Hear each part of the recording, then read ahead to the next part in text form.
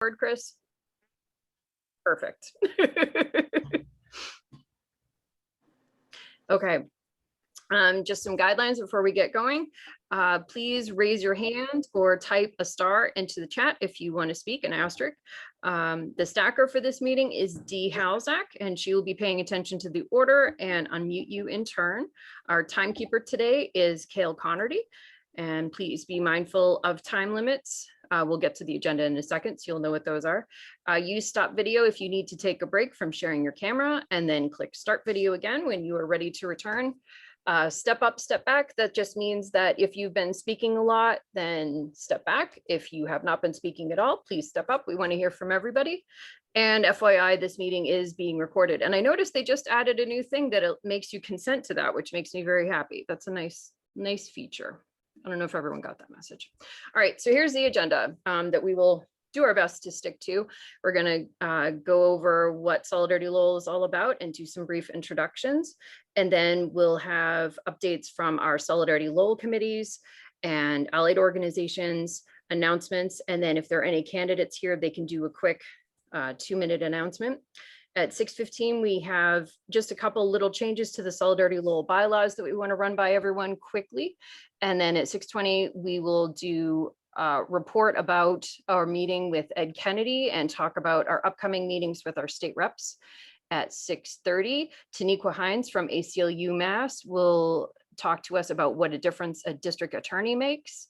And then at 6:55, we'll do a wrap up and talk about our next meeting.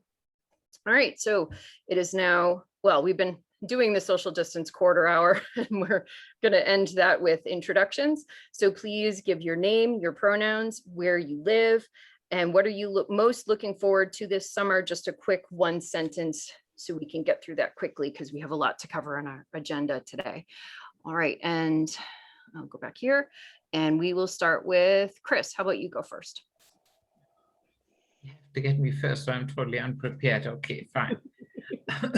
Chris Afferman, downtown Lowell, using she, hers pronouns. And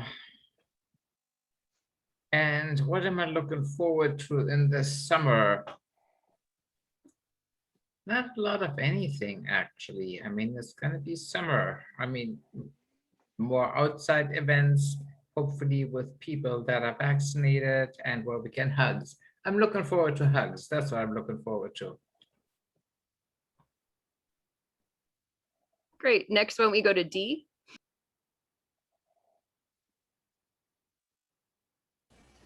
What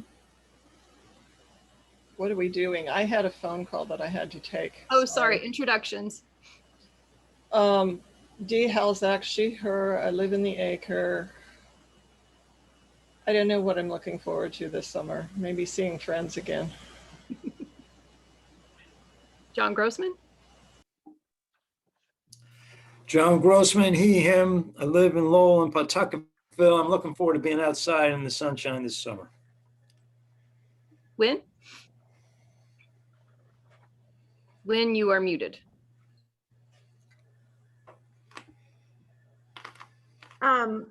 Wynn Flint, I live in Lowell on Christian Hill, pronouns she, her, and I'm looking forward to seeing my granddaughter for the first time. Oh, fabulous. Ron, can you introduce yourself?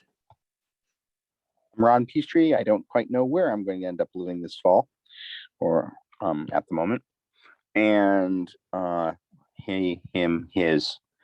And I'm looking forward to not thinking about COVID every day. Amy? Hi, Amy Baranowski, she, her, hers. Live in the downtown acre-ish area, and our conversation before we started made me think that I am looking forward to Heritage Farm ice cream this summer. Ryan? Ryan Hammond, he, him. I also live in the acre, and I am looking forward to maybe taking some short road trips and doing some hiking. Nice. Kale? Hi, Kale, she, her. Just moved downtown, and I'm most looking forward to going up to New Hampshire, where we have a lake house. It's my favorite thing to do in the summer. It's amazing. Nice. Tara. Hi everyone, my name is Tara. I'm go with he, him. I live in District 6, the Lower Highland, I believe. I'm looking for campaigning this summer. All right, Joe.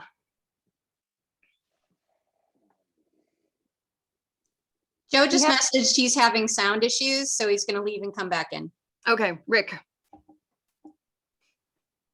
Hi, Rick Golden, he, him, up on Christian Hill in Centerville in Lowell.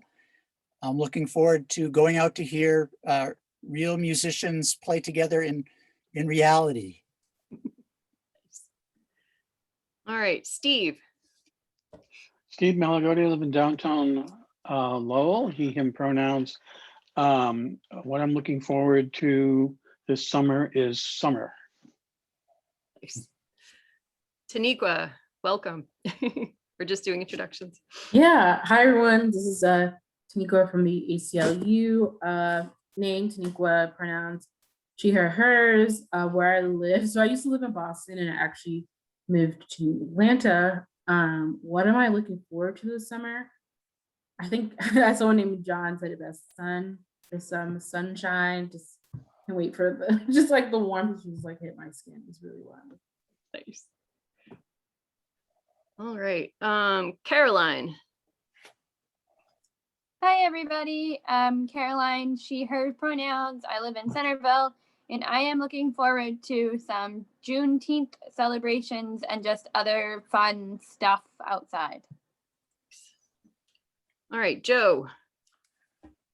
Hi, Joe Boyle, Lowell Highlands, he, him, his pronouns, and I am looking forward, I just found this out, to Ani DeFranco in Boarding House Park at the Lowell Summer Music Series.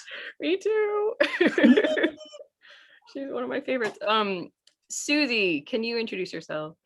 Hi, my name is Susie Chun, pronoun she, her.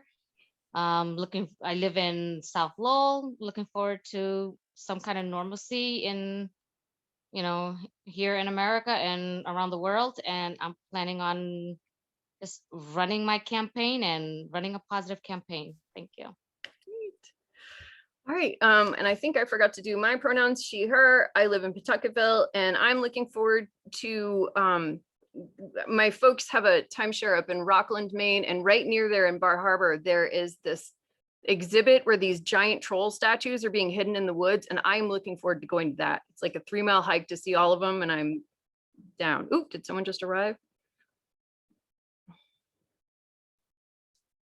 Okay.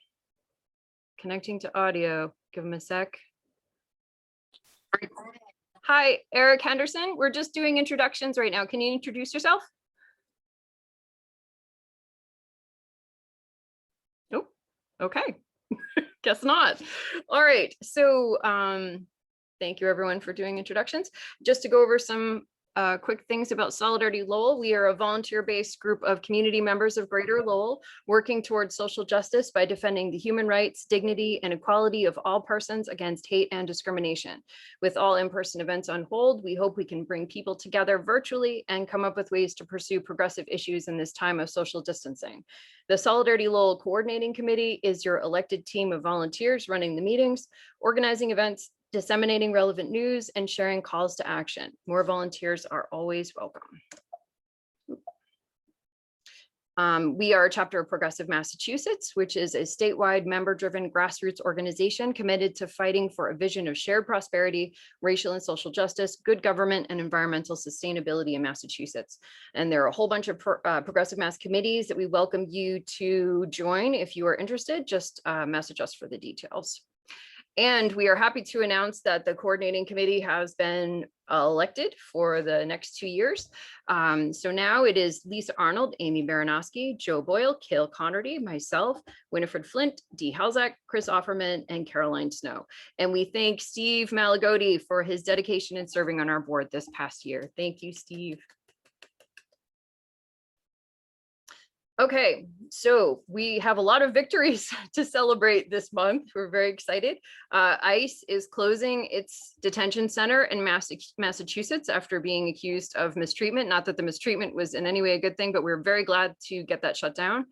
The Interior Department has approved the first large-scale offshore wind farm in the US on Martha's Vineyard, which will build 62 turbines off the vineyard, producing enough electricity to power 400,000 homes. The Biden administration has revived an anti-bias protections in healthcare for transgender people. Northborough Southborough has voted, oh, I forgot to bold that, sorry, voted to retire the Tomahawk imagery from Algonquin Regional High School. Biden has defunded the border wall. He has also raised the hourly minimum wage to $15 an hour for federal contractors. UMass Lowell and the city of Lowell awarded the first round of $50,000 in sustainability grants to the composting pilot program, Lowell Energy Efficiency Acceleration Program, the Northern Canal Overlook Battery Solar Street Lighting, Sustainability Pathway at Lowell High School, and the UMass Lowell Green Schools Program. And on April 23rd, Lowell General Hospital vaccinated its 100,000th patient against COVID-19. Governor Charlie Baker signed an executive order to accelerate the state's decarbonization efforts with a focus on electrification of buildings and transportation. And New York City will become the first city to fund and implement a comprehensive intersex public health campaign. Who else has victories that they would like to share?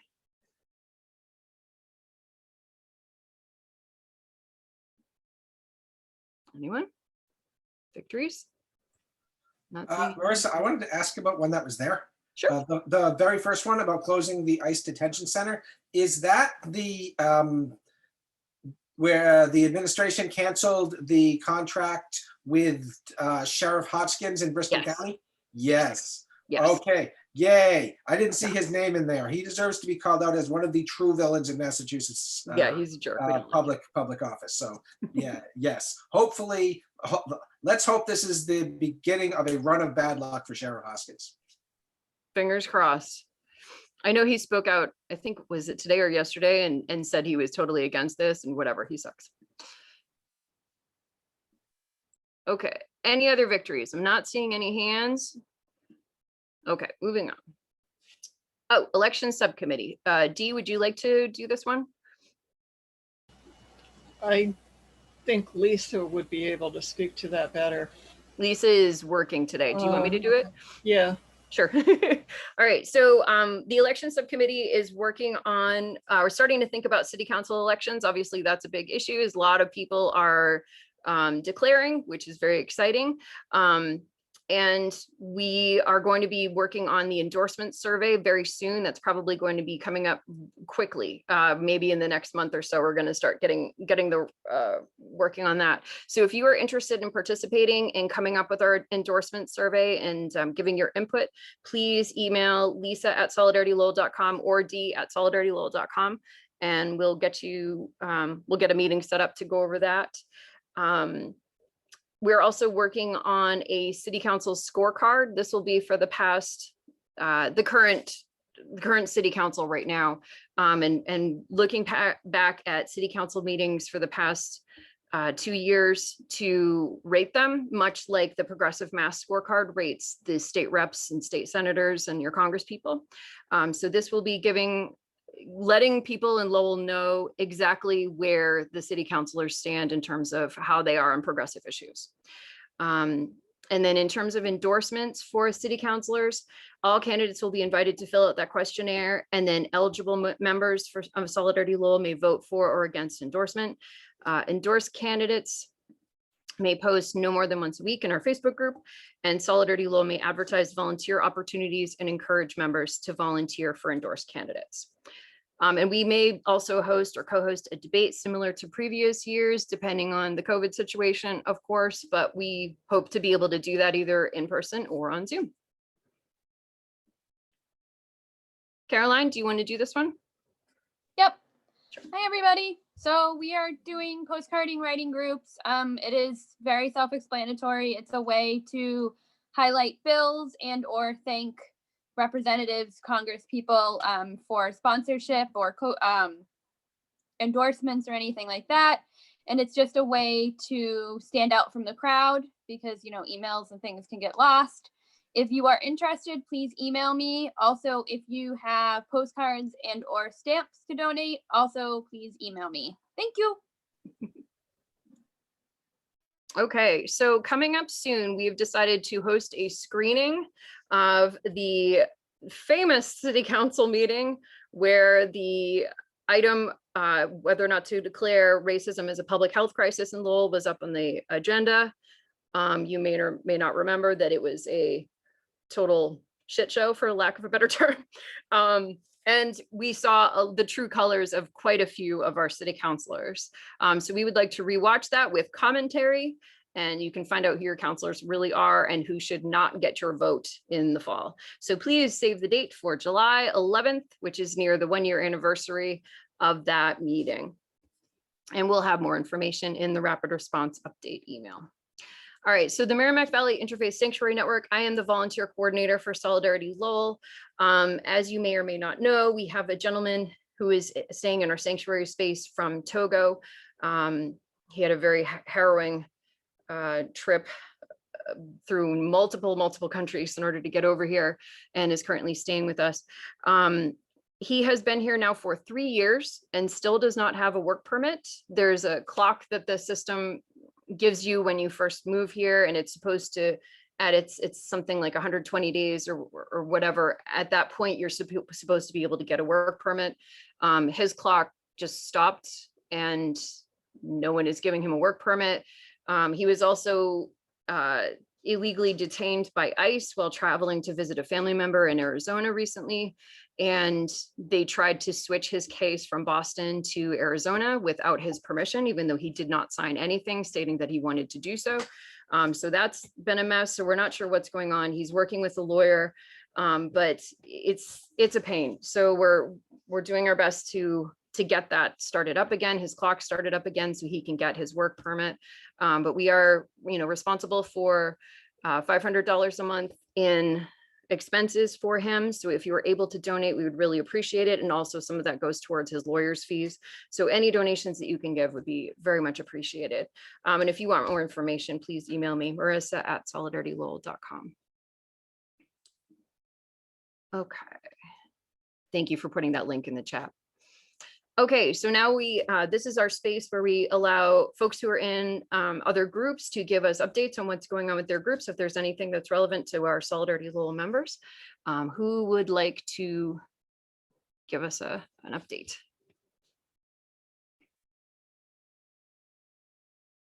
I'm looking for hands. I'm not seeing any hands. John. 350 Mass of Greater Lowell chapter is working on, together with our 350 Mass in the Massachusetts Renews Alliance, to get a bill passed that would begin the process of creating a Green New Deal in Massachusetts and fund the transition off of fossil fuels by way of retrofitting our buildings and our homes, and electrifying them and getting them off gas, and do it creating good jobs and making sure that the right people get those jobs. And I'm happy to report that our Congresswoman Lori Trahan has co-sponsored a bill in Washington, D.C. that would actually adequately fund this transition. The Biden administration's infrastructure plan, although it's a step in the right direction, is not nearly at high enough scale. And there is a bill called the Thrive Act, which is closer to the high enough scale that's needed to actually address the climate crisis in an equitable way. And Lori Trahan is a co-sponsor of it. So I'm happy to report that. And hopefully soon we're working on some local initiatives here in Lowell that we'll be able to report on in future meetings. Fantastic. Other updates. Tanekwah. Yeah, I just wanted to inform folks of a redistricting hearing happening on July 8th. And for folks who don't know, redistricting is the process after the census, after the government has collected all the data about who lives in the United States. Redistricting is the process in which the political boundaries are drawn. So for example, whoever represents us in Congress, the district that they represent is redrawn during redistricting. And there's a July 8th one, particularly for folks in, I forget what congressional district it is, but Congressional District 3, which also represents Lowell as well. And I can share the hearing information in the chat. Awesome, thank you.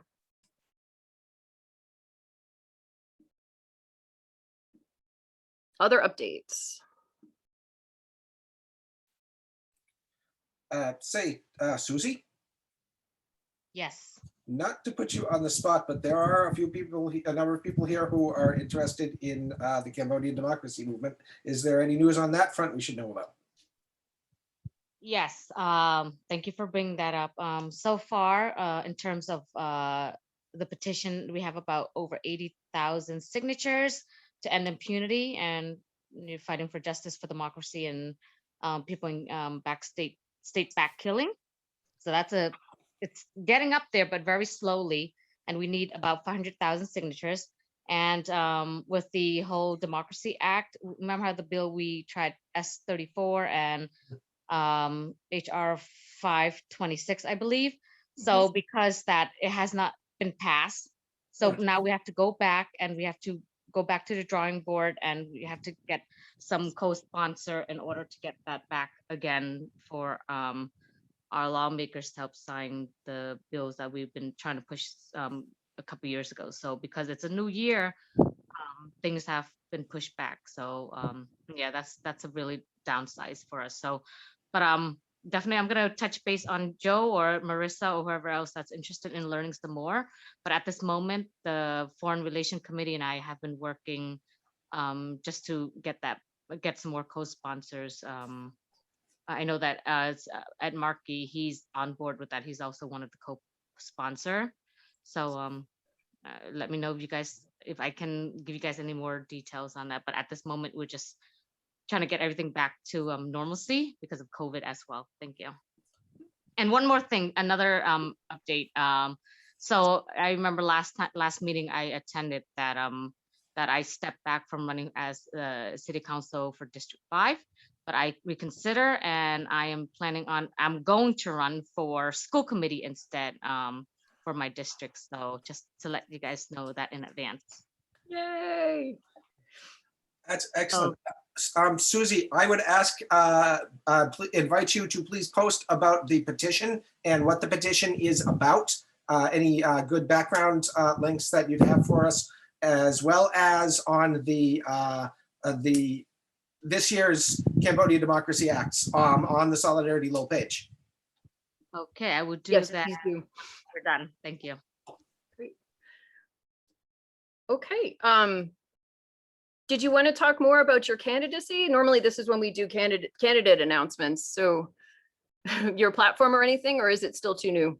It's still too new, but this is from my heart. The reason why I've decided to run for school committee, because I realized that, I know it's a charter school, but my passion's always been with the children. It's always been for the community. So regardless of where I work, it's always geared towards just bettering our community and bettering our children. So that's just part of what I am gearing towards, and just being able to build that gap between our school system and also the community. Our parents, our lack of, the communication part is just very scarce, and a lot of people are not, I understand that messages are trying to be conveyed throughout translators, but we also need teachers, staff, and parent liaison that can be able to speak the language. And I understand we're trying to get the parents to get more involved in a lot of our children's education.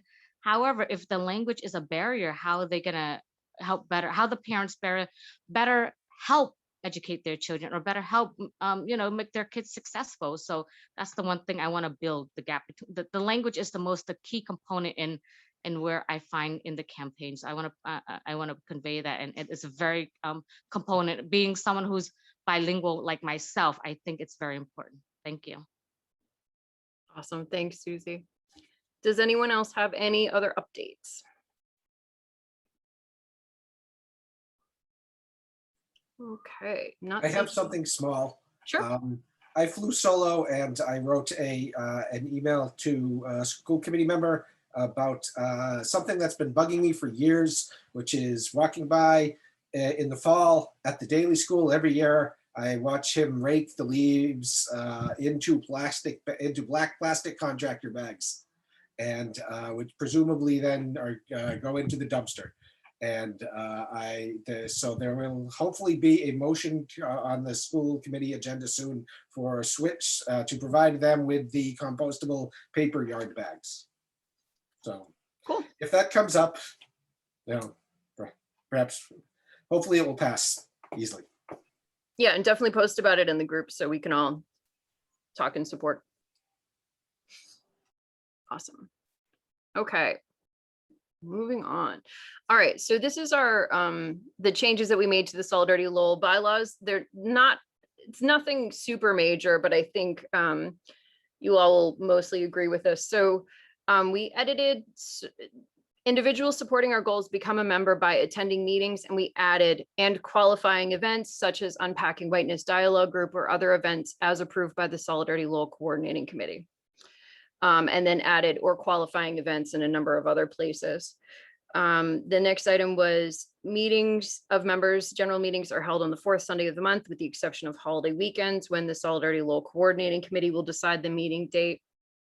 We added members are expected to behave at our meetings, on our social media, and at events where they are representing Solidarity Lowell according to the bylaws, mission statement, and social media rules, which are viewable in the documents section of the Facebook group. Otherwise, action will be taken up to and including being asked to leave the group.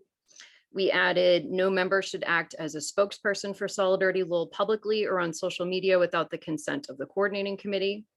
And then we edited all members in good standing, those members who have attended 3 or more meetings or qualifying events. We added a reference to Slack, and then we edited the structure and procedures of operation as laid out here can be amended at the yearly bylaws meeting in May, which may or may not have been because we forgot to do this in April. But also because the coordinating committee meeting is in April and we don't want to do both at the same time. It's just a lot.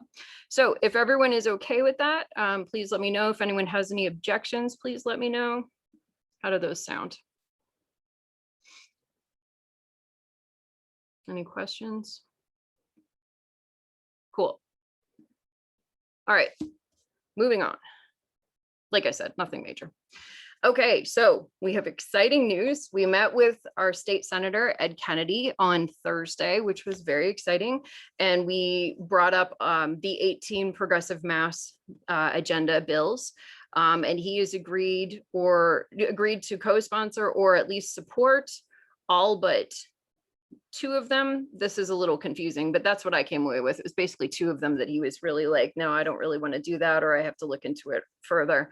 The eviction ceiling and then the increasing the corporate tax rate were the 2 that he really didn't sound like he was going to go for. But the rest of the meeting went really, really well. We plowed through everything super fast. We had put them in order of importance, thinking, oh no, we might not get to the end of the list, and we plowed through it and then actually got to extra things that we weren't even expecting to.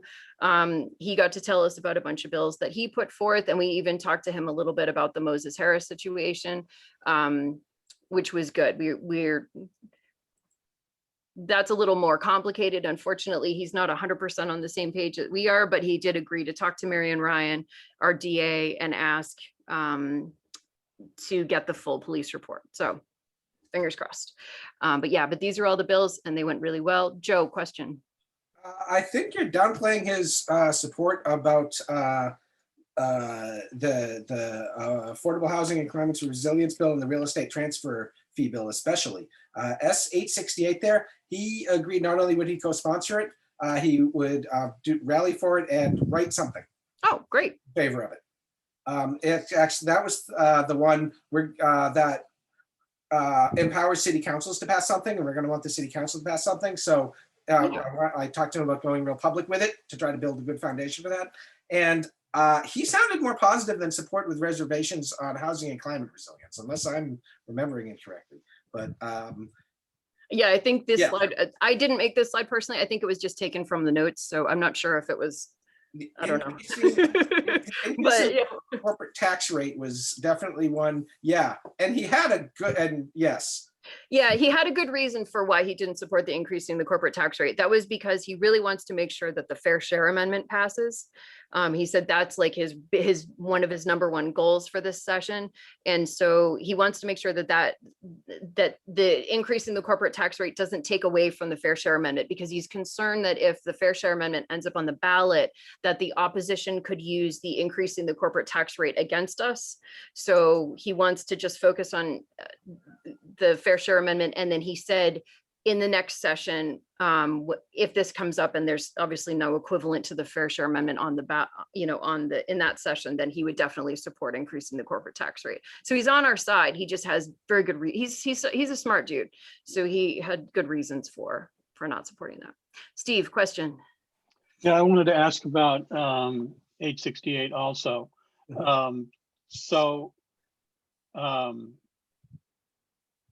Hearing what Joe said, that he supports 868, did he support the doubling of the transfer fee, which I believe that calls for? John Grossman, correct me if I've got my bills mixed up. Did he? The local one is the one that would allow a local fee. Oh, that gives it home rule. Right. And so I think there's flexibility in what they can set it at. No, wait. I don't know the word doubling. I don't know if it's the doubling or not, but 1853 is the one that has both affordable housing and funds both the affordable housing and climate resilience trust funds. Right. And I think that functions in a similar way by increasing real estate transaction taxes. Correct. So did he talk about that, and does he support the doubling of the fee that's in that bill? Or do you remember? Do you know? We went over that one kind of fast. I did not catch his position on that bill, but Joe probably did. My impression was that he supported it. Like I said, this is a little confusing, and I should have edited this slide. My apologies. But the two that he only had really big reservations about were eviction ceiling and increasing the corporate tax rate. The rest of them, he was on board. So I think he does support the doubling. Okay, and in the second part of that section in your slide, it says IPCC by 2030 has reservations about whether it will pass. What exactly do you mean there? He supports it, but he's not sure that it's going to pass. What is 2170? It's a bill that, if I could take that maybe. Sure. It's like the old 100% renewable bill. It's a bill that speeds up the timelines for achieving zero emissions in Massachusetts beyond what was passed in the climate bill that just passed. To 2040, is that right? Is that the one you mean? Yeah, it's zero. It's net emissions by 2050, and I think it's zero emissions, not net zero, but actual zero emissions before then.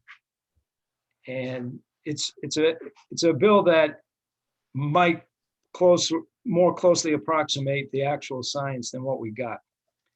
Right. So did he say that he supports that, but he has reservations about whether it will pass, or what did he say? Yeah, that's what he said. He said he supports it, but he seems to think it's a long shot, which I would agree with that analysis. But he did say he supported it. Yep. Thank you. Any other questions? Okay, so our next thing is that, so these are the bills that he filed that he has asked for our support. Like I said, we had some time after we went over the Progressive Mass agenda, and so he brought these up. And there are 3 in particular at the top that we are ready to support as long as the group agrees. And S565, an act reestablishing the Clean Environment Fund. Baker had cut that and it needs to be restored because there's no point in having an agency if they don't have people or enforcement power. This was filed last term and it's been filed again this term. S569, an act establishing a mattress stewardship plan. Baker announced that starting in September, you can't throw mattresses away. And there needs to be a way to recycle them or they'll just end up dumped. And this act would address that. Baker would likely postpone that deadline if he knew legislation was coming. And then S2246, an act to rebuild the Commonwealth's cultural future.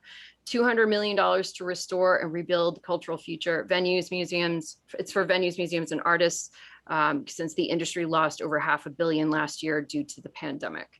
And we're looking for, we would, do like a letter of support, which we could have people sign on to. And then we would also probably put an item in the rapid response update for folks to call their legislatures on the House side to encourage support. He also mentioned a few other bills that we are a little more hesitant about. An act prohibiting gunfire directed at dwelling houses. We're a little concerned about that one. And then an act establishing a public safety building authority and assistance program. We don't want to give any more money to the police. So, but how do folks feel about those first three? Thoughts, questions, concerns? Not seeing any hands. Can I assume that it's okay to support those three bills and have Solidarity Lowell release a statement? Joe, question. I support all three of these bills. I think the first two are very clearly in our mission statement under the rubric of environmentalism broadly and environmental justice specifically. I like the car, and like I said, I'm a supporter of the cultural bill as well, but I'm not sure it's a Solidarity Lowell core mission bill. So the question is, do we want to focus in more specifically on the stuff that's got more clearly an ideologically progressive politics to it? Or do we just want to back things that we like? Kale and then John. I was just looking to hear a little more about that last one too, the cultural future, and how they how will they make sure that that's equitable too? Or I don't know if there's a lot. I haven't had a chance to look at that bill. It's interesting that you said that because that was one of the first things we said at the end of the meeting was that we want to support that, but we also want to support it and make sure that there's something in there about equity. Mm-hmm. Yeah, that would be a big, and I think, in regards to what Joe said, I think it's an issue because the arts community is such a big community here in Lowell, and we want to make sure that that's supported and recovers because it's so important to what Lowell is. Yeah, that's very true. Yeah. Cool. John, did I see you have your hands up? Yeah, I'm sure we would want to support these bills, but I think it's a mistake to rush into supporting bills until one has really looked into them, because we don't know the politics around them and whether or not there are alternatives that are being considered that are addressing the same points. Mm-hmm. And if we have time, which I would think we do, maybe we could have a group report back on these bills at the next meeting, describe the history of them or whatever it is that people would feel they need to know, try to find out the background. And it would be good to support some of his bills. And probably these are the ones. But I think it's good practice to do a little research first. Okay, sure. Joe? It occurs to me that we have the resource of the Progressive Mass legislative team. Let's ask what they think of these bills. Yeah, I think John Cohn would have some good insight, as he does with everything mass political related. Any other comments, questions, concerns?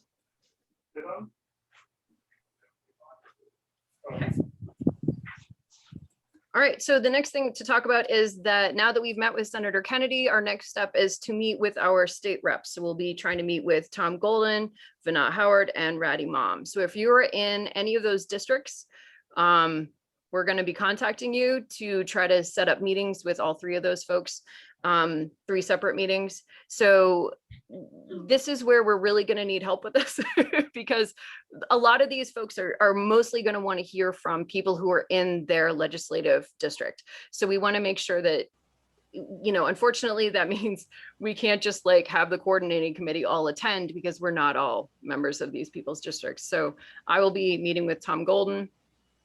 John Grossman, I know you're in Pawtuckettville too. Hopefully you'll join me for that one.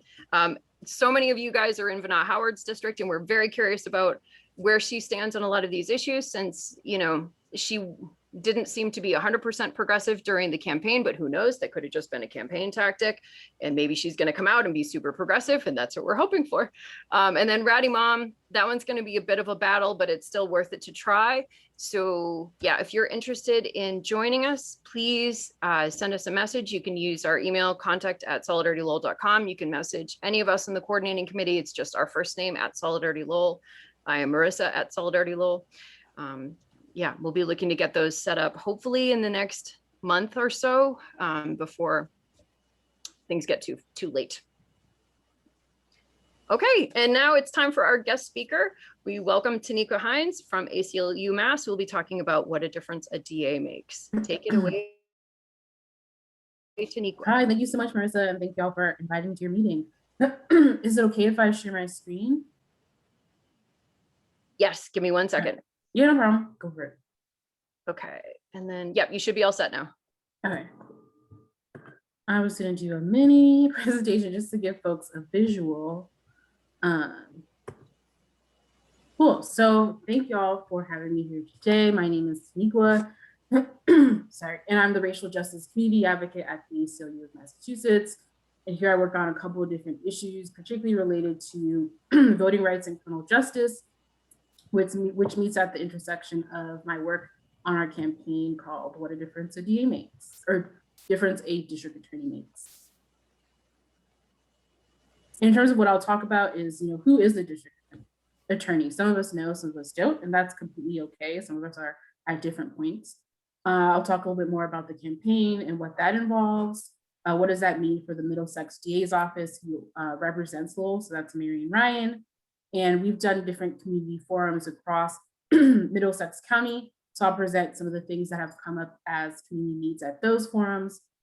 And then I'll talk a little bit more about how folks can get involved in our work. So who is the district attorney? How we see this person is they are a very powerful representative when it comes to the criminal legal system.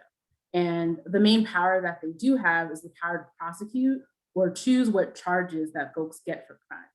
So for example, in Massachusetts, if someone is carrying a certain amount of weed or a certain amount of drugs, they could be charged with possession, but a district attorney can also choose to increase that to intention to distribute, which would then trump up the charges more, which would then mean that they would have to face a longer sentencing time, right? And so we also know that they could decline to prosecute, right? Since marijuana is decriminalized up to a certain amount here, they could also decline to prosecute, but that really depends on the district attorney and their office and what their approach is when it comes to crime.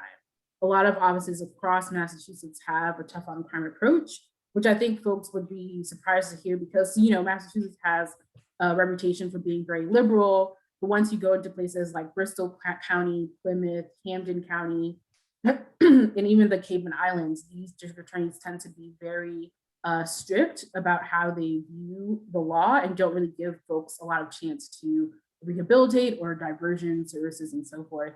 The more progressive DAs tend to be Middlesex, Suffolk County, as well as Northwestern and Berkshire County. So that's 4 out of, I believe, 9 to 10. So most of the DAs that are actually in Massachusetts are pretty conservative. And so this means that they have a very tough on crime approach. And like I said, they tend to trump up charges as well as sentencing recommendations that they can make to the court. They also make recommendations when it comes to bail. And bail is the amount of money that they can, excuse me, give me 1 second, I'm taking a water. So bail is the amount of money that they can charge someone, you know, before they have the charge on their record in order to stay in jail or not. So basically they can detain someone pre-trial. So before someone even gets to trial, they can be charged an amount of money. So basically they're criminalizing poverty. So if you don't have a certain amount, then you can stay in jail before your trial, and trials can happen, you know, a couple of years after you've gotten charged. And so this means that folks who oftentimes don't have the ability to pay this amount are held prior to their trial, right? Before they even get the chance to prove their innocence. They also have a big role when it comes to police accountability. While their jurisdiction isn't particularly over the police, they can, you know, put out statements and advocate for the police to be more accountable. I heard y'all mention the Moses Harris case that happened in Lull. And so something that I've noticed and y'all have noticed is that Marian Ryan hasn't said anything. She hasn't held the police accountable when it comes to this. She has mentioned the recent case in Hopkinton, and I can share more information about that case in the chat later on, but she has shared some information about that and has pressured the police to release more information about that, which is great. And, you know, we're very happy that she did that. And at the same time, the Moses Harris case also happened, I want to say it happened months ago. I want to say it happened like January or December. It happened some time ago in the winter, and we still haven't heard anything from her. At the same time, there has been a lot of publicity about the case, right? And DAs really do have a lot of influence when it comes to trying to keep other bodies of law enforcement accountable. They also have a lot of influence when it comes to legislative work. So whereas like they don't pass legislation, they can still testify on legislation. They can still say what their stance is on this legislation and how it affects their office, which legislators then see has a huge amount of influence because they're like, okay, well, this is another person whose job this influences. So should I take their word into account? So basically, you know, the role of the district attorney has a huge weight on the criminal legal system, whether it's influencing other law enforcement bodies, influencing the legislative body, or influencing their own role to choose to prosecute or charge crimes. And so I have some audience questions for folks, just to see what folks know about DAs, and I'll put the link in the chat. So this is where you can follow along and answer some of the questions that I put at the link in the chat. You can also go to menti.com and use that code. And so by the time you get there, you should see at the bottom like a heart, thumbs up, thumbs down, slash like an evil sign. And so you can use that to react to like, what are your thoughts about like icebreakers or audience questions? Just so I can see like as folks have populated.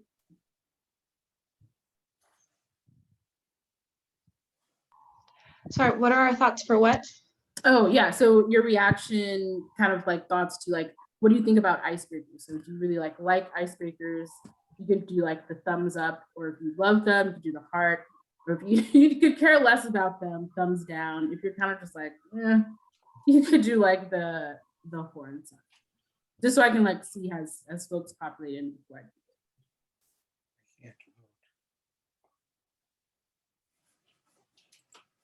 I'll give folks a little bit more time to get up. Oh yeah, the tool is called Mentimeter. And so it kind of allows you to like interact with audience members. And so the first question that I have for folks is the district attorney an elected representative? Yes or no? And then from there, I'll reveal the answer.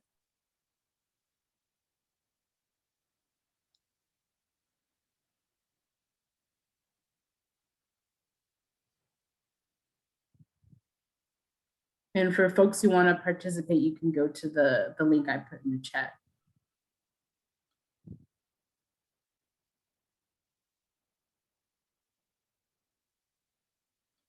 All right, and so this is kind of to show folks, right? So like now that we've heard more about what the DA does, you know, does this person who holds a lot of this power when it comes to the criminal legal system, are they voted in, is the question. And so the answer to the question is, they are elected officials. And so oftentimes folks don't know this because when we see the criminal legal system, we think about like police, right? And those folks are elected. Also parole officers and probation officers, those folks also aren't elected. But when it comes to district attorneys who have the power to prosecute And sheriffs like Sheriff Hodgson, who also have the power, who particularly have the supervision to, the power of supervision over the folks who are in their custody, these two positions are elected. But oftentimes, because when we think about the criminal legal system, like election doesn't really come to our mind, it often isn't something that folks think about when they think about position. And so the last question is, how many races do you think have gone uncontested in the state from 1996 to 2016 for DA races? Is it 22%? Is it 55%? Is it 77%?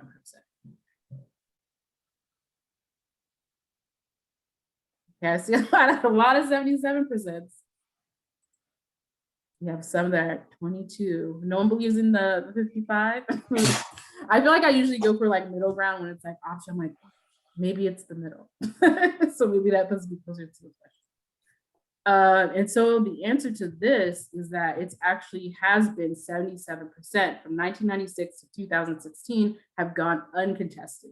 And so that kind of goes into the other question of like, you know, how are these people elected? So a lot of people don't think that these positions, the position of the DA is elected. And so when we think about, particularly about whether or not these races are contested, it's no surprise because these folks have long time acted within the shadows when it comes to thinking about the criminal legal system. So it's no surprise that they also thrive off of being in a position that's uncontested. So oftentimes they get to make the rules when it comes to, you know, these tough on crime approaches. So it's really no surprise that most of the counties across Massachusetts have conservative DAs who believe in these tough on crime approaches, who don't really provide any diversion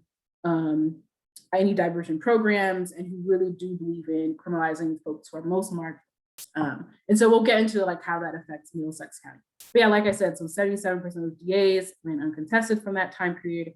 And when we did a poll, actually 4 in 10 voters didn't know that the DA was elected. So that's about 40%. So then you probably have 40% of people not voting for the DA. And 54% of people thought the DA doesn't have much power. And as we went over, like the DA holds a lot of power when we think about the criminalization of folks. And after the survey, the folks said that most of them would pay attention to the next DA election. And so what our campaign, What a Difference a DA Makes, hopes to do is, you know, as we're thinking about this, as we're thinking about how we can change the criminal legal system to more reflect folks who are more impacted by it, really highlighting the key role that DAs play in this system by educating residents to make a more informed decision when they go to the ballot when it comes to the election for DAs, particularly thinking about how can the DA better serve their communities. We have, you know, these white men who have been in these positions for around 20 to 20 plus years, who are not representing what public safety means for the most marginalized, means for folks who are most impacted, folks who tend to be incarcerated the most. And so we're hoping through this campaign to hold these DAs accountable to the folks who are most impacted, address systemic racism, and reduce incarceration by 50%. And our website is dadifference.org. And so for Middlesex County, which are in Lowell County, it particularly stretches a wide array. I don't know if y'all have ever looked at a map that represents Middlesex County, but it is the biggest county in Massachusetts. And I believe it has like the biggest population in a county in New England. So it's pretty huge. And so it stretches from like Cambridge all the way out to like Metro West, so like Framingham in area.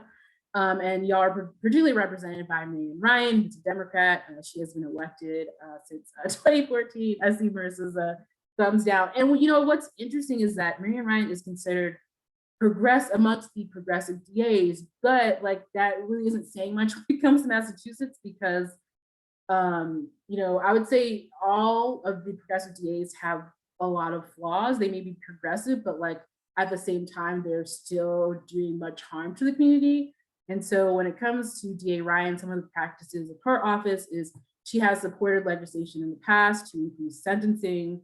And so as we know that this can just proportionally affect, you know, people of color, people who are suffering from substance use and mental health issues, immigrants, and so many of the other communities that we advocate for. This means that, families are separated for a longer amount of time. So this, has a devastating effect on folks and their support systems. She also has a stance against eliminating cash bail. So obviously, this is a barrier when it comes to criminalizing poverty. That's literally criminalizing someone for not being able to afford, not being able to afford to be free before their trial and also have access to their support system and other resources. She does have a diversion program, which a lot of DA offices don't in Massachusetts, but it does come with a lot of flaws. You have to be younger than 26 without a significant criminal history. And so that means that, this is for, quote unquote, non-violent offenders. And oftentimes when folks think about the criminal legal system, it does oftentimes, pit non-violent offenders against quote unquote violent offenders. But oftentimes we don't really dissect what does quote unquote violent offenders mean. So for example, the difference between that could be like if someone, like I was giving the example before, if someone's carrying a certain amount of marijuana on them, the charge for possession versus the charge to intent to distribute, the latter is seen as like quote unquote violent, right? And so the distinction isn't really there. All we hear is the word violent, right? And we're like, okay, well, they deserve to be in jail, but we're not really parsing out like the complexities of that. And so that's why, her diversion program has a lot of flaws too. And it also doesn't think about folks when they're older, right? And so if someone's older, 26, they definitely did not have a diversion program back then because there was a tough on crime approach. So they didn't have the chance to, get any other types of resources through the DA's office.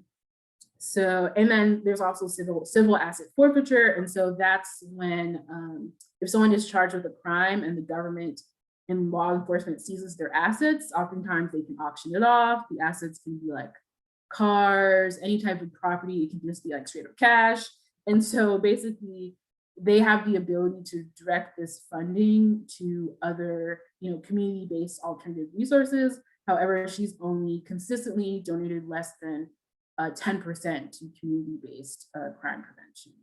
And there's also, civil asset forfeiture is also very flawed because sometimes they can still seize your assets even though you're not charged. Obviously, sometimes folks are charged, have trumped up charges, and then they can still seize your assets.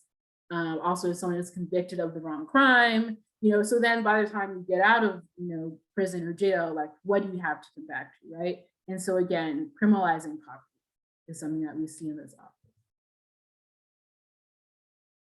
And so, thinking about this and thinking about, the particular power that the DA's office has, I have another another audience question. I put the link in the chat again.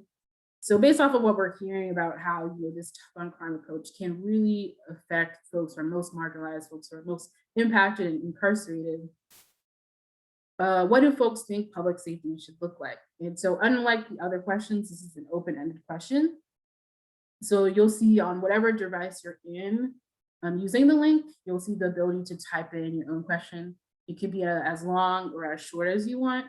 But yeah, I would love to hear what folks think, based off of this and based off of, what we're learning about, how powerful the DAs can be.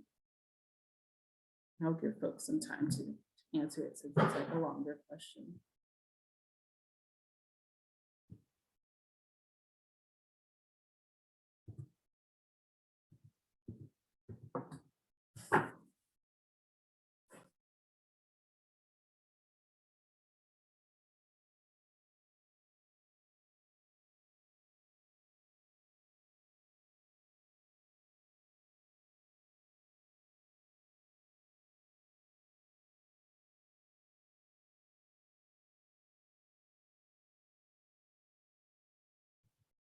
So one person says restorative justice, abolishing the police, adequate funding for social services, mental health services, housing for all. So really thinking about, what are the roots of issues that may make someone want to commit a crime, maybe, especially when we think about survival crime. That can look like sex work, that can look like selling drugs, that can look in many different ways. And also the ways in which people cope with the issues that they're going through. So when we think about homelessness, when we think about mental health and substance use issues, right?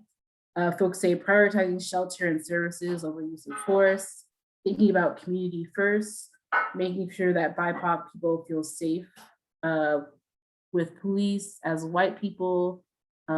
Someone else says non-militarized responses to social problems, mental health services, de-escalation, case management, the ability to live freely in public space without threat, right?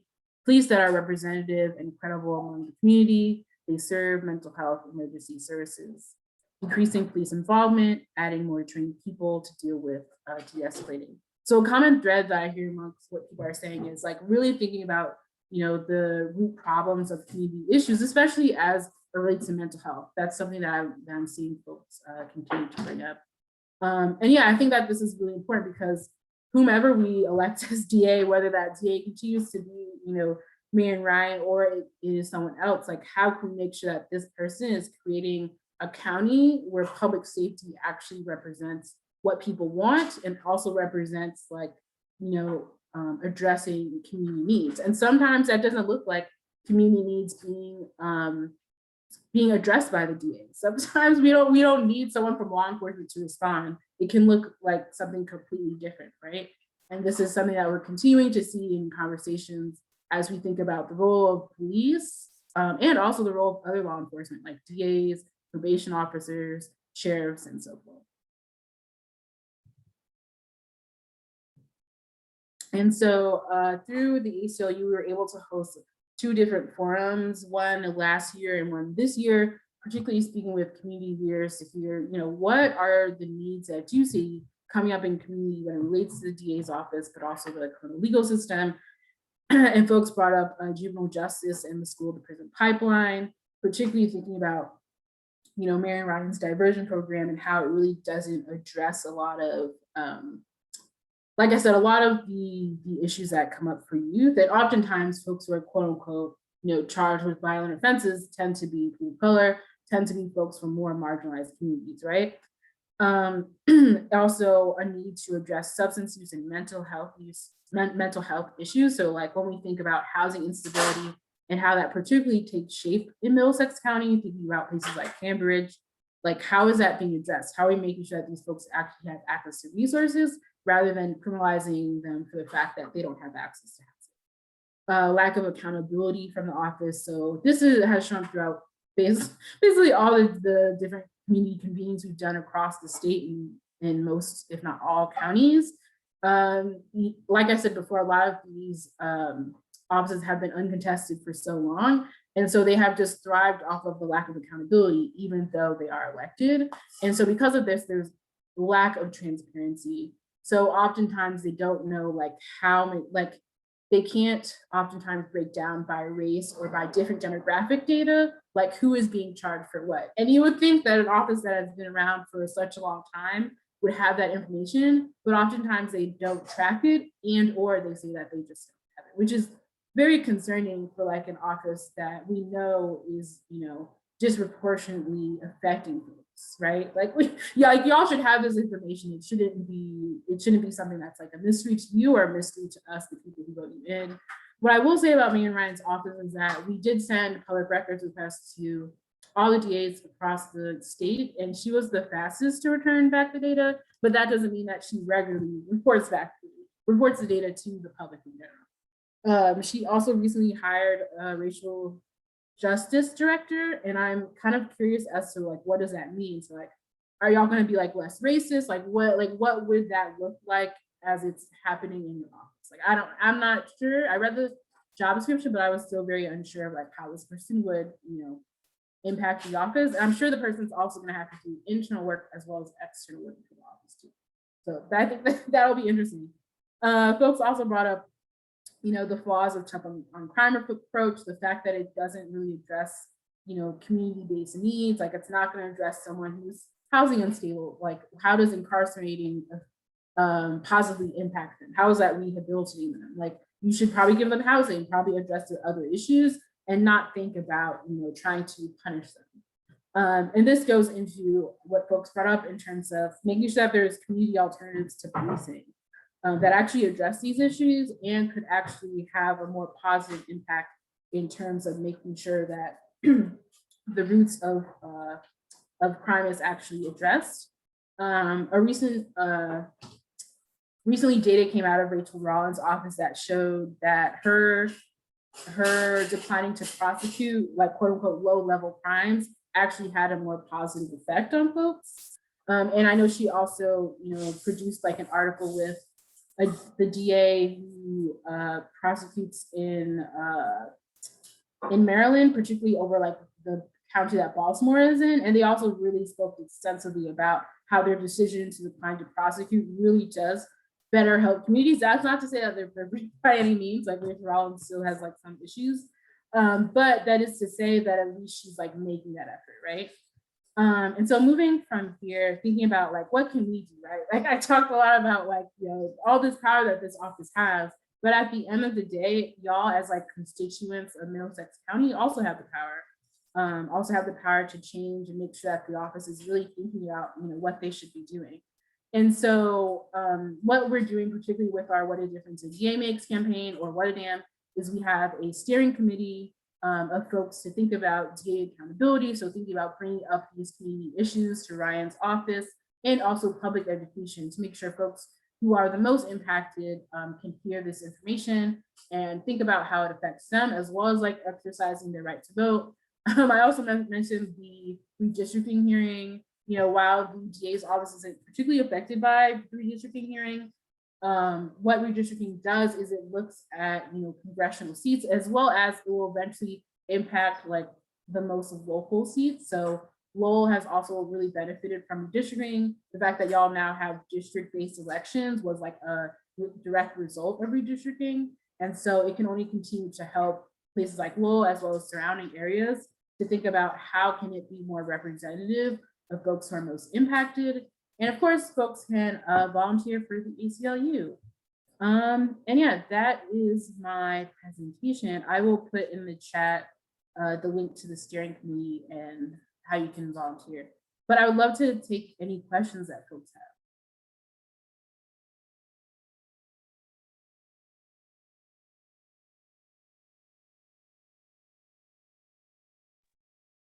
Is that Joseph? You can go ahead. Oh, sorry, go ahead. Joe's first. Yeah, Joe, I can take your question. Hi, I just realized we forgot when we were listing the good news, we forgot to list Philadelphia District Attorney Larry Krasner won his primary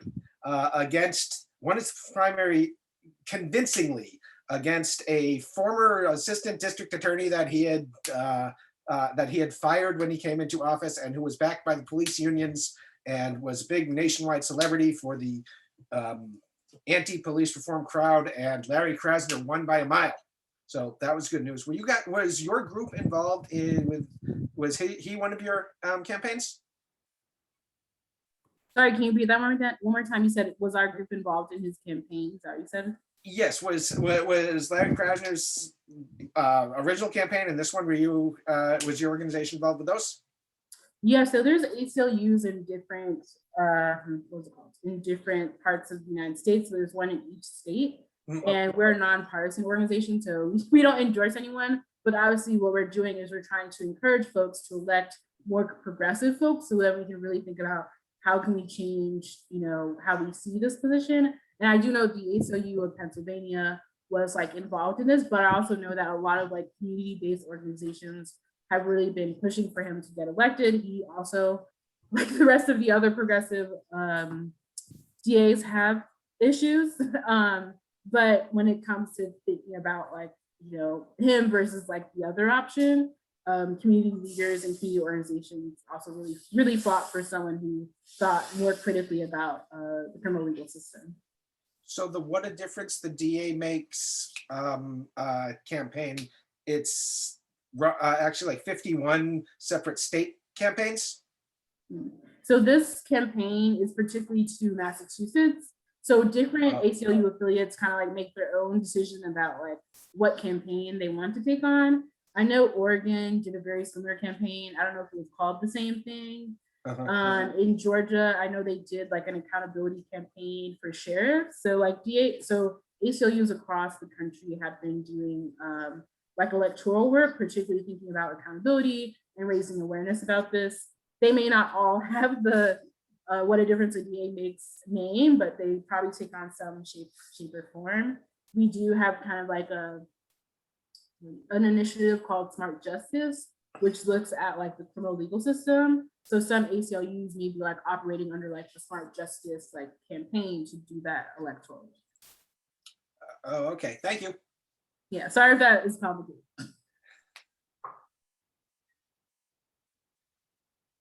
Wynn? Can you explain the, I think it's is it called diverging? Mhm. Can you explain what that is? Yeah, sorry if I didn't explain that. So diversion, so that's thinking about how to divert the people or how to like make sure that folks don't have to go through the legal system. So thinking about moving them away from being charged, from being prosecuted, from being incarcerated. So thinking about more like restorative justice measures. So instead of being like, okay, you shoplifted, so you need to go to prison for like a year to 5 years. Like, how can we get you to think about do like community service? Maybe we'll put you in a restorative circle with the store that you shoplifted from. Maybe what we'll do is we'll think about, you know, do you have what you need at home? Like, do you have the food that you need? Okay, here, I'm gonna connect you to like a food bank, rather than being like, oh, like you engaged in a survival crime. Okay, I'm going to like now, you know, put you in jail. So something like that. Okay. It usually thank you. takes the form of like restorative justice, in which the person who like committed the crime or the act will kind of like be in conversation with the person who they like inflicted harm on, and there'll be like a mediator there. That's usually how it like takes place. Okay, thank you.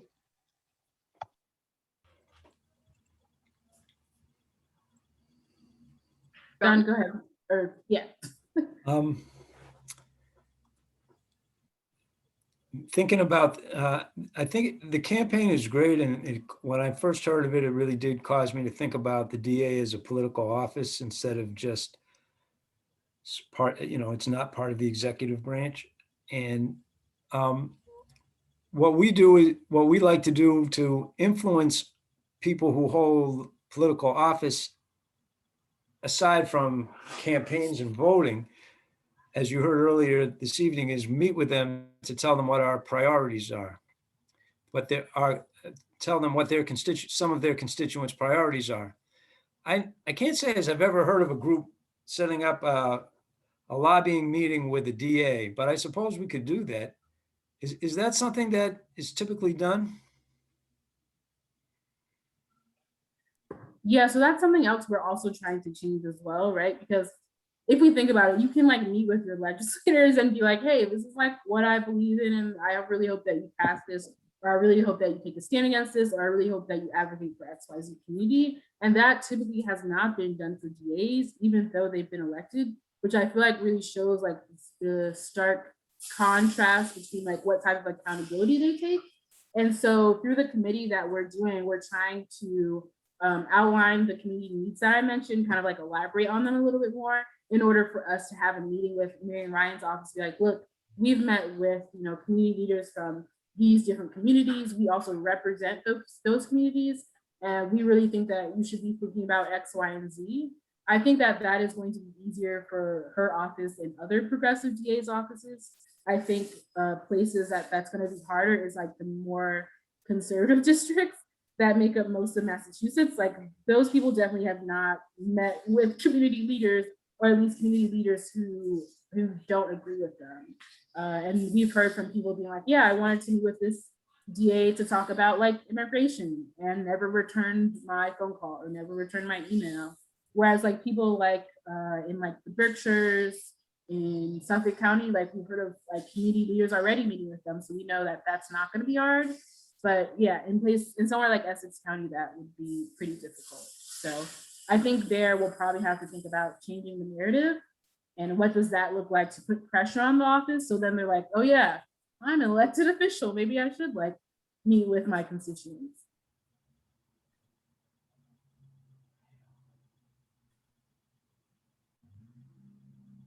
Any other questions? Joseph? You brought up earlier, kind of as an aside, the fact that Middlesex County is so absurdly large. is that a problem? Is that something that the ACLU has recognized has caused problems or something before? I wouldn't say it's a problem. I'd more so phrase it as a challenge. I think the challenge is trying to make sure that we get various voices in the room from across the county. So I would say that it's definitely a challenge to just make sure that we have all different types of towns and cities represented across the county, I would say.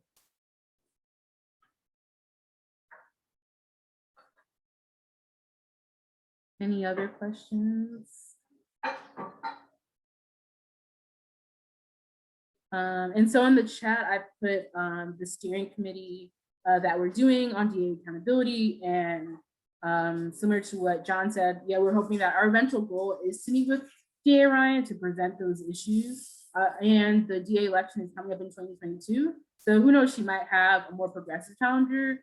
And another scenario is that she also might have a conservative challenger, right? And what would that mean?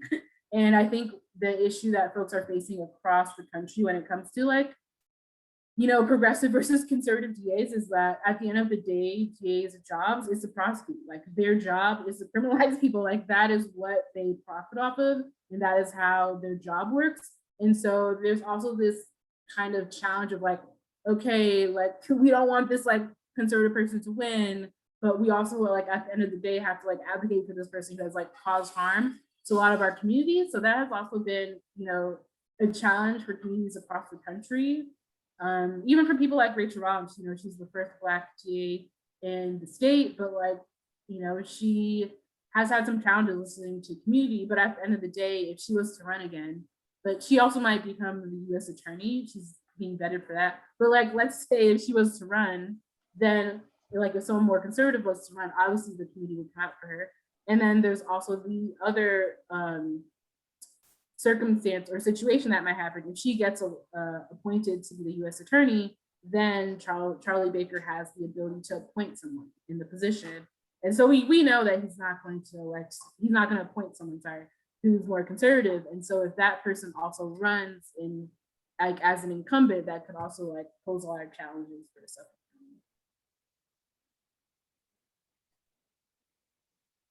Rick? I just want to thank you for doing this work.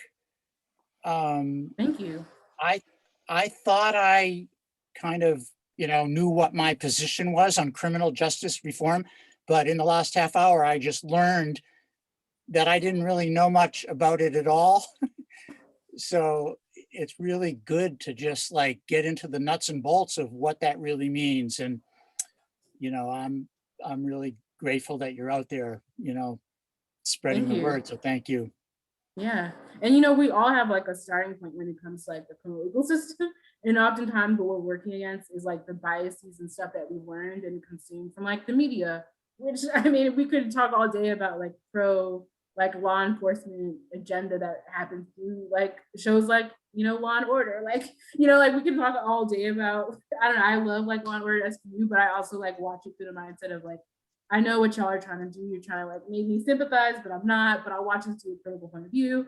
But, you know, like we are like also consuming media that like makes us think about these officers as heroes. And oftentimes what they're doing is they're criminalizing communities at the end of the day. And there's also kind of this narrative that, you know, cops are, you know, doing like, you know, solving the most violent crimes. And actually, if you look at statistics, it's usually and most of the time like non-violent offenses that these folks are responding to. And so we could cut out so much of that by making sure that the people who respond to those issues are people who will think about the community needs at heart rather than punish people for trying to engage in like survival, you know, in like the survival economy.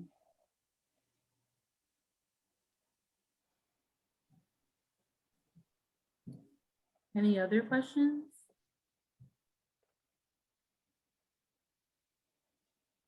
Okay, well, thank you so much, Tanekwah. That was really, really informative and fantastic. Thank you. I appreciate it. Thank you so much for coming. And yeah, if you wouldn't mind putting your email address or, you know, a contact if anyone has any other questions after the meeting, that would be fantastic. Oh, and also, would you be able to share your slides with us? Awesome, thank you. Because I know Amy would appreciate that. Amy's taking notes. Yeah, I can email it to you right after this. Okay, awesome. Thank you so much. All right, let me share my screen again. Okay. So our next meeting, interesting that Tanekwah brought up redistricting. Our next meeting will be June 27th at 5:30 on Zoom. And the topic, one of the topics anyway, will be statewide redistricting. I actually just took the train the trainer from Drawing Democracy. So I know all about redistricting now. Though I am not going to be the one who makes the map because I'm definitely not that good of an authority. But what they're looking to do is identify communities of interest. So we'll talk more about that next meeting. And you can always join the discussion in the events channel on Slack, on our Slack channel. And yeah, the next thing we always ask is who would like to help us with reminder calls and texts? And I will turn it over to Chris for that ask. If everybody who's been doing it the last couple of months is still with us, we're good. However, if anybody feels the need to help out, that's always good. As I've said before, it's real easy. You're going to get a link to a spreadsheet where your section is highlighted with your name, and it's depending upon how many people participate, like between 8 and 12 texts that you have to send. You're going to get the script for the text, so all you have to do is copy, put the phone number in where you're sending it, and push send 8 or 9 or 10 times, and that's all there is to it. If anybody would like to help out with that, chris@solidaritylowell.com. Thanks, Chris. Okay, so you can also, if you're not familiar, you can join us online. We have a Facebook page and the Facebook group. The page is the front-facing, outward-facing page where we will announce meetings and stuff, but you're not going to get a discussion. If you want the discussion, please join us on the Facebook group. And that's where all the magic happens. That's where we post, you know, links to articles of interest and also the meetings, and it's much livelier over there. You can join us on Slack as well and visit our website, solidaritylowell.com, which hopefully will be updated very soon. Right now it's a little sad, but it's getting some love very, very soon. And we are on Instagram at Solidarity Lowell and Twitter at Solidarity Lowell. So thank you so much, everyone, for attending today. Thanks again to Tanekwah, and we will see you next July. No, June. Gosh, I'm jumping ahead already.